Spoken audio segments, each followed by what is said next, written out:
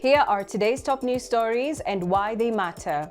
Nigeria's military says soldiers will soon face trial after an alleged plot to overthrow President Bola Tinubu following the completion of an internal investigation. The case dates back to October 2025, when at least 16 officers were arrested from what the army initially described as acts of indiscipline. What have been the reactions?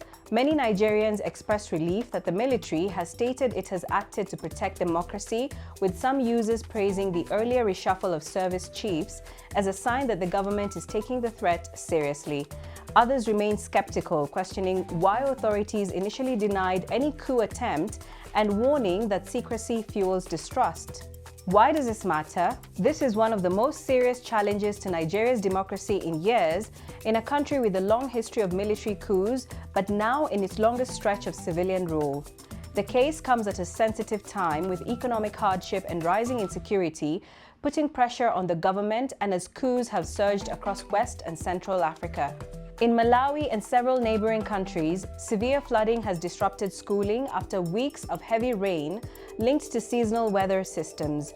DW's Chimwemwe Padatha has more on this story. Schools like these are used as camps housing displaced people when floods hit, not only in Malawi but across southern African countries. This trend continues to affect education as learners are disrupted. Hundreds of schools have since been affected in Malawi and Mozambique, as classrooms have been used to shelter displaced households affected by the recent floods. This has affected learning, as all books of my children were part of the items that submerged in water. They haven't started going to school up to now. In Mozambique alone, according to UNICEF, over 300 schools have been disrupted, cutting off over 200,000 children from learning. We have seen vast parts of the southern part of the country completely inundated with water. That has affected around 650,000 people, more than half of them children. And as UNICEF, we're particularly concerned about the impact it's having on children's education and learning. So almost 400 schools have been affected by the flooding, and that is affecting the learning of an estimated 220,000 students.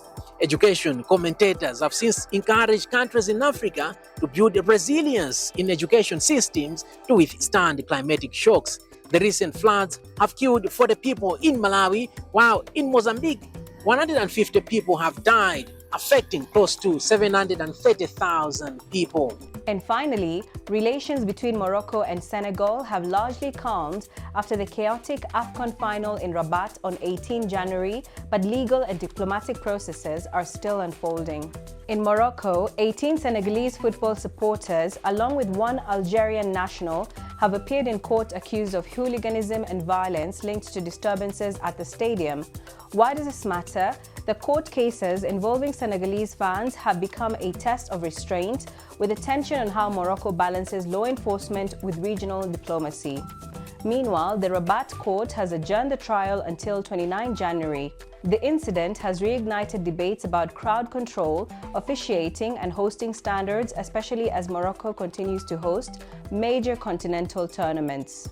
At the same time, Senegal's Prime Minister Ousmane Sonko traveled to Rabat this week as part of a scheduled Senegal-Morocco Joint Partnership Commission, a visit that gained added urgency because of the detained fans. The talks brought together senior officials from both countries and included discussions on economic cooperation, security coordination, and the legal situation of the Senegalese nationals arrested after the match. And that's all we had lined up for today. Don't forget to like, share, comment, and subscribe to our channel DW Africa. I'm Lucy Riley. Bye for now.